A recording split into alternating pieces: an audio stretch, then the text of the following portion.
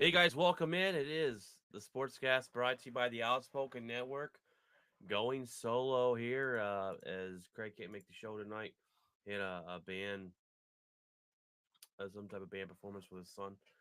Um, so it's just me. You get me tonight. You got your week 15 takeaways. Um, my power rankings. And I don't know if they're going to change too much from our Saturday edition of the show, but we'll get into that and see if maybe they change a little bit. Um, I'm trying to see why Facebook is. Yeah, okay. All right. It's working. All right.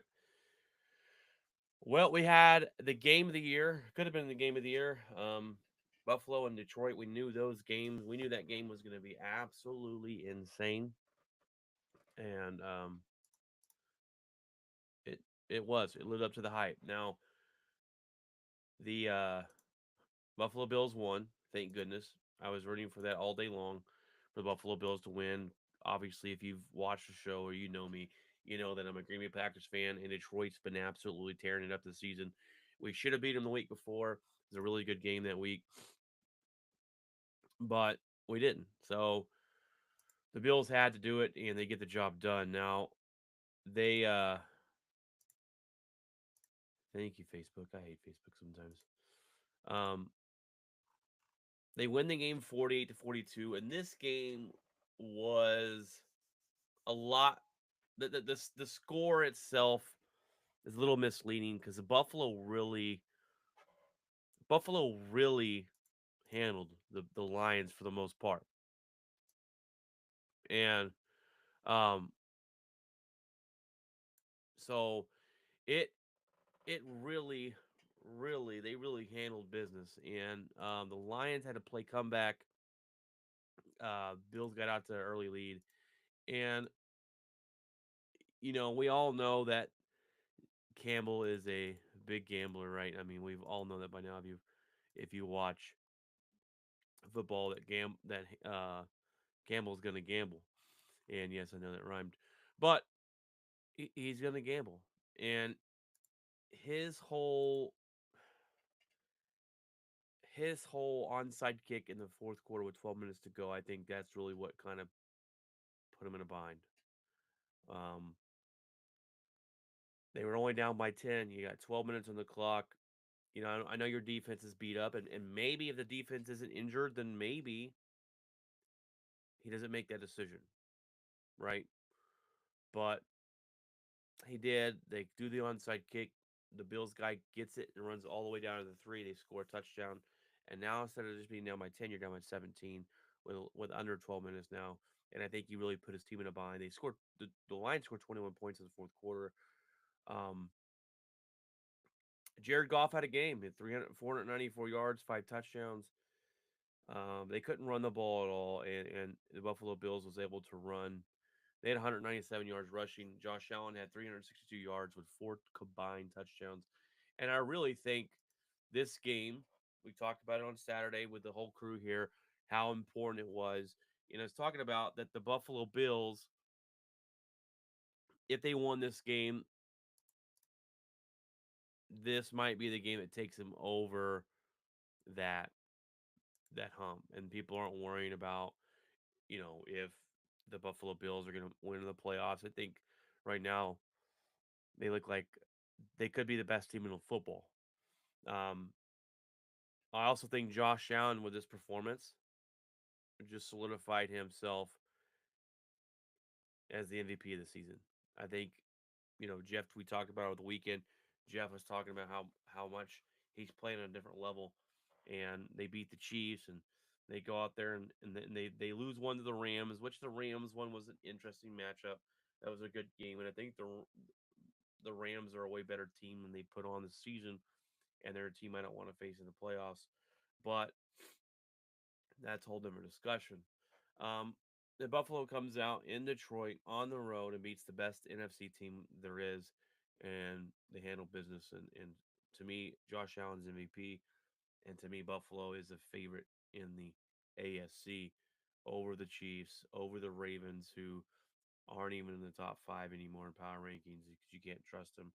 The Chiefs are still in the top five, but how much do we trust them? because they're not. There's something missing there. Their defense is really good. The offense is something missing. Patrick Mahomes got hurt. We don't know how bad that leg is, the ankle is, but we'll find out coming up and see if he's going to play this next week. Now that being said, do the Bills move up in your power rankings? That's a question because my power rankings, I had the Lions number one for a really long time. I put Buffalo in there at number two. Stick around. Do I put them above the Lions or do I keep them at number two? We shall see.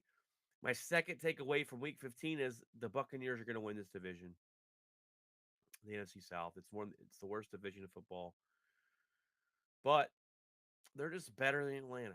And at this point, I called it before the season, and one of my predictions was that Cousins is going to help Atlanta. They're going to win the division, and they've been playing bad. Cousins has been a disappointment. The Buccaneers have been up and down. They beat the Lions in Week 2, and they play up and down that you don't know what team you're going to get. I just think they're going to be good enough to surpass the Falcons, which they did this last week. But I think they're going to win it out. Not win out, but I think they're going to win the division and be in the playoffs. And Kirk Cousins, no matter what you may think of the guy, there's a lot of guys that don't like Kirk. A lot of people don't like Kirk Cousins. I've always thought he was a top 10 quarterback, usually number 9, number 10 every year. Has decent numbers, puts up, you know, throws the touchdowns. He has good yards. Um, he's not elite, but he's not a bad quarterback to have. Well, I thought he was going to come in here and turn this team around because they have the weapons on the offensive side of the ball, and he's played abysmal. So much so that the with the division in the graphs and still fighting for it, the Atlanta Falcons have come out just hours ago, and they're turning to Michael Penix Jr. to play the rest of the season. So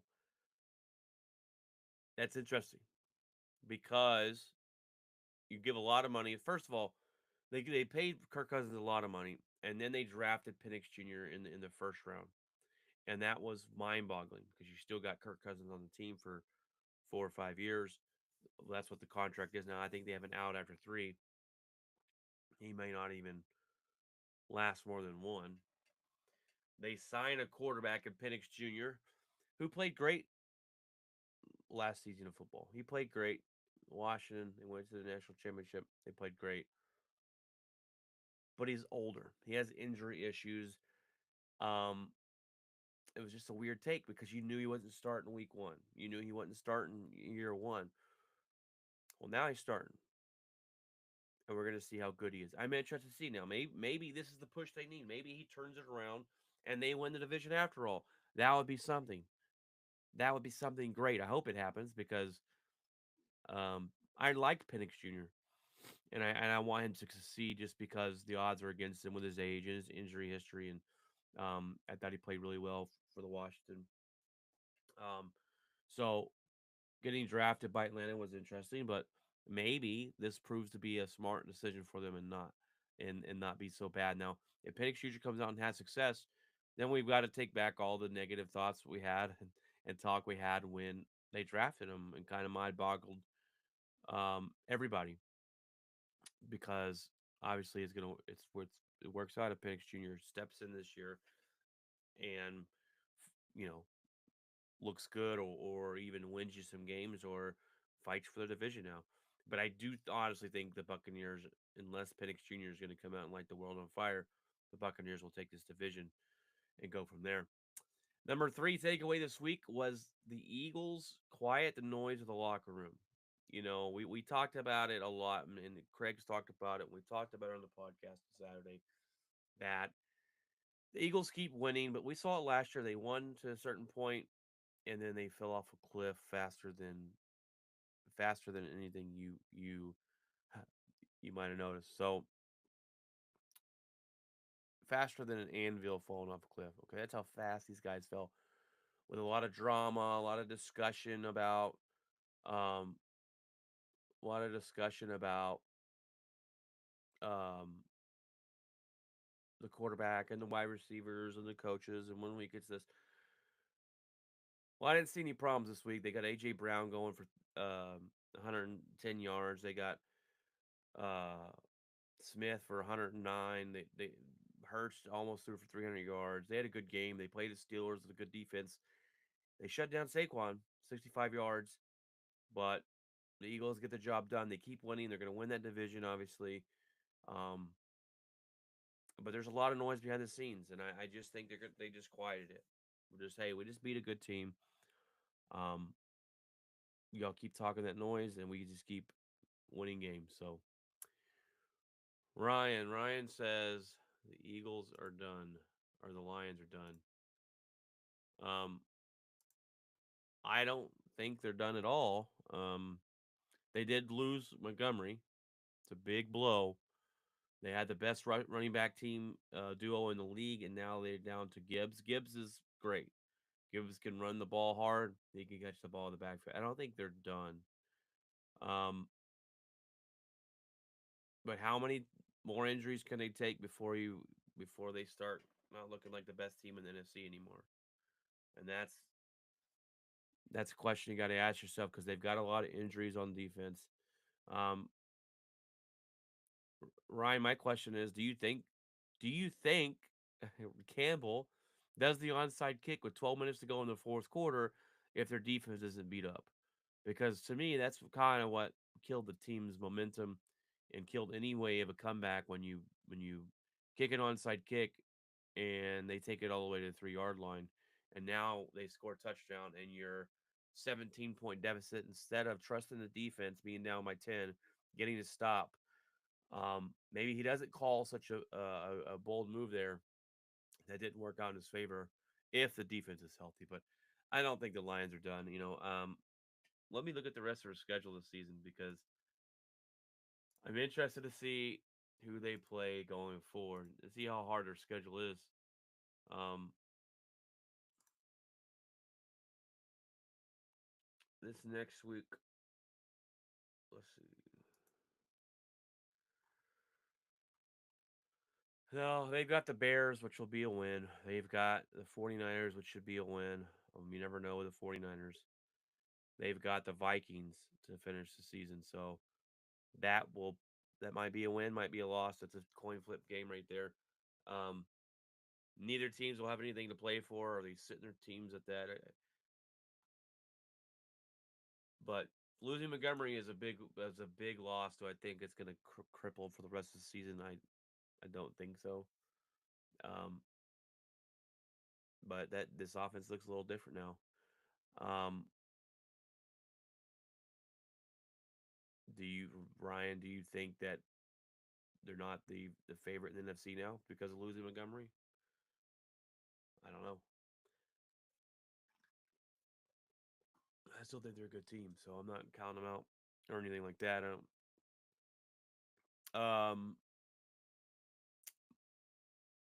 The Cowboys get a win this week. You played the Panthers. I don't know how the Panthers were favored. Bearski Films, bear down. Welcome to the comment section, buddy. You haven't been on in a while. We need to get together. Um, it's funny because you think it's funny when I say bear down, but I don't know how. I don't know if you guys mean bear down, like bear down and make a play or whatever. I don't know why you say bear down, but I mean bear down as injured bear on the ground. So I don't know. It's kind of funny. It goes both ways. You'll have to tell me one day what that bear down is meant because I know it means something good for you guys, but I don't get it. Um, let's see. Chiefs win 21-7. Easy win for them. Bengals win. Commanders win by 1 point. Ravens blow away a bad team. The Cowboys beat a bad team. Is Coach McCarthy saving his job? Are both Mike saving their job with winning these games when you're depleted? Um, Winning these games with so many injuries you have on your team. It looks like both Mikes will be back next season. Jets finally win a game. The Texans take care of the Dolphins. Um, Broncos handled business with the Colts. You got the Cardinals blowing away the Patriots. Buccaneers blowing away the Chargers, which I was surprised by that because I thought the Chargers were a little bit better than that. Packers handled Seattle pretty easily. Um, and then you got the Vikings taking the Bears and the Falcons beating the Raiders. Two terrible Monday Night Football games. You ask me.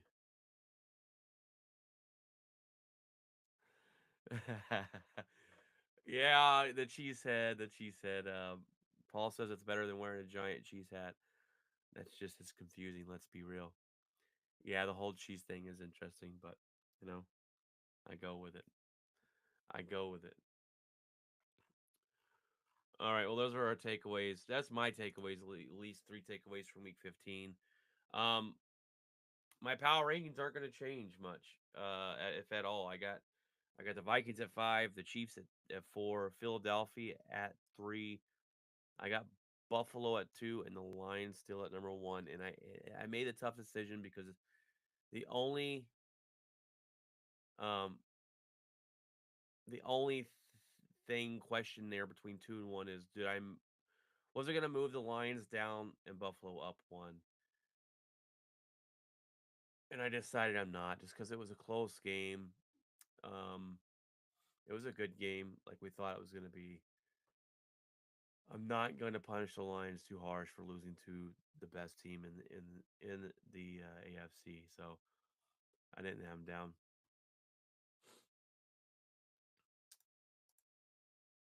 I'm going to put this on. I've actually grown more respect for your Packers at this point. Well, we'll have to get on and talk about it because I'm interested. I'm interested. Young, very under the radar. You guys could do some damage as much as I hate to admit it. I 100% agree. We're the youngest team in the NFL. Um, we got a great coach. We got a good quarterback. I mean, not a lot of people are talking about us, and we're a solid football team. We're balanced on both ends. We've got a good running back. The first drive in Seattle, we didn't throw the ball one time. We ran the ball every play and scored a touchdown. We're not making Jordan Love throw it 35 times a game. We're able to win different ways. So that's what I really like about our offense, in all honesty. And um, yeah, we'll see. We'll see what happens. The playoff picture kind of unfolds. I'm waiting a couple more weeks till we get into those conversations about who's facing who in the playoffs. Um, but I like our chances. I will say that I like our chances. Um,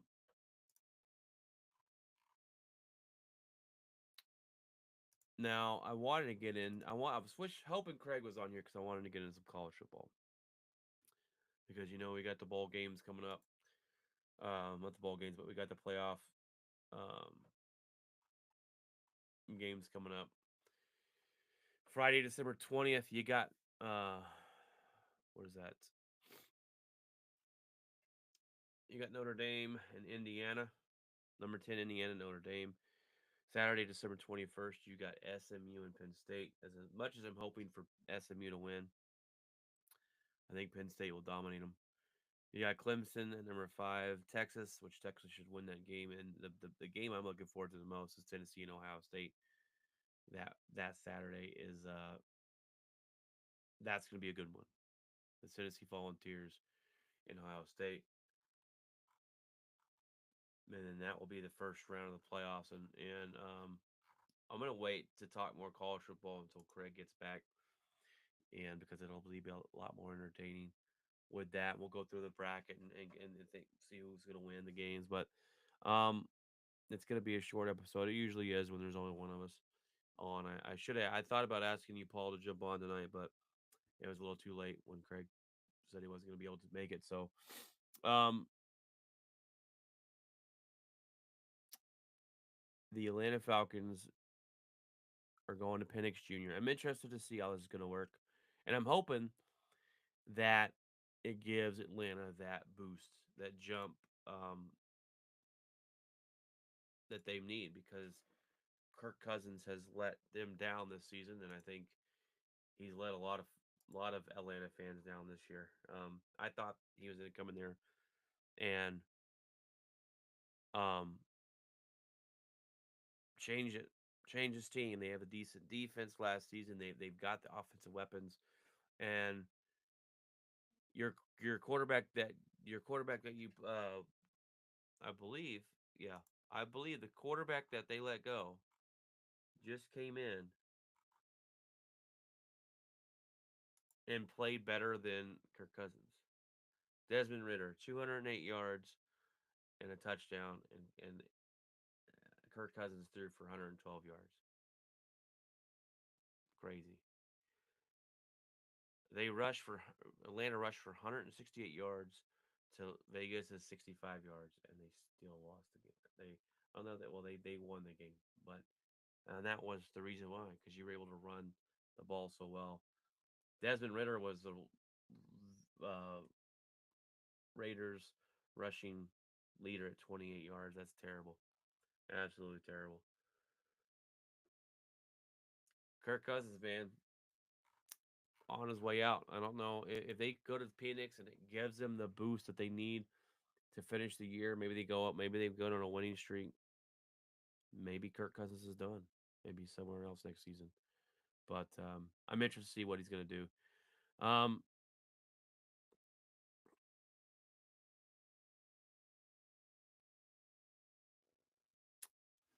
Paul says the Lions are beat up. The Vikings are at the end of the day. At the end of the day, we'll need to lean on Sam Darnold. I'm not confident about that. Yeah, I'm not too confident about Sam Darnold either. And overall, you being the Packers are pretty balanced. So yeah, I hate to say I hate it, but it is what it is. Um, I'm trying to keep us under the radar, Paul, because there's a lot of guys not talking about us, and it's the way we like it. And so I think we'll play good in the playoffs and make a good run. We'll just have to wait and see. Um, that's pretty much going to be it. I gave you my takeaways from Week 15. I'm gonna wait to talk college football until we get into